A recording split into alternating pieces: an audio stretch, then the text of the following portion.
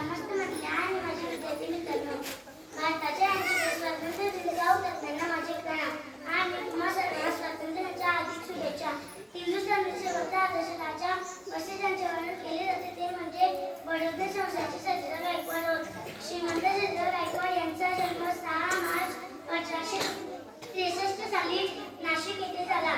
28 डिसेंबर 1881 रोजी ते बडोदे संस्थानाचे राजा झाले. राजा सर्वप्रथम त्यांनी राज्याची आर्थिक स्थिती सुधारण्यासाठी उपाययोजना केल्या. सक्तीचे प्राथमिक शिक्षण लागू केले. गरीब विद्यार्थ्यांना शिक्षण देऊन उच्च शिक्षणाची सोय केली. औद्योगिक प्रशिक्षण संस्था स्थापन केली. गावोगावी वाचनालये सुरू केली. स्पर्धा पद्धती बालविवाह अस्पृश्यता बंदी केली. दलितांसाठी शाळा सुरू केल्या आणि सर्वात महत्त्वाचे म्हणजे भारताच्या स्वातंत्र्य चळवळीला पाठिंबा दिला. श्रीमंत सर्जेराव गायकवाड अतिशय पुरोगामी होते.